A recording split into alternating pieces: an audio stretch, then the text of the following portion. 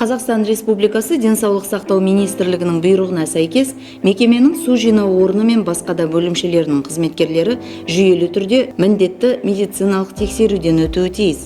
Олардың қатарында сумен қамту және шайынды су тазарту саласының мамандары бар.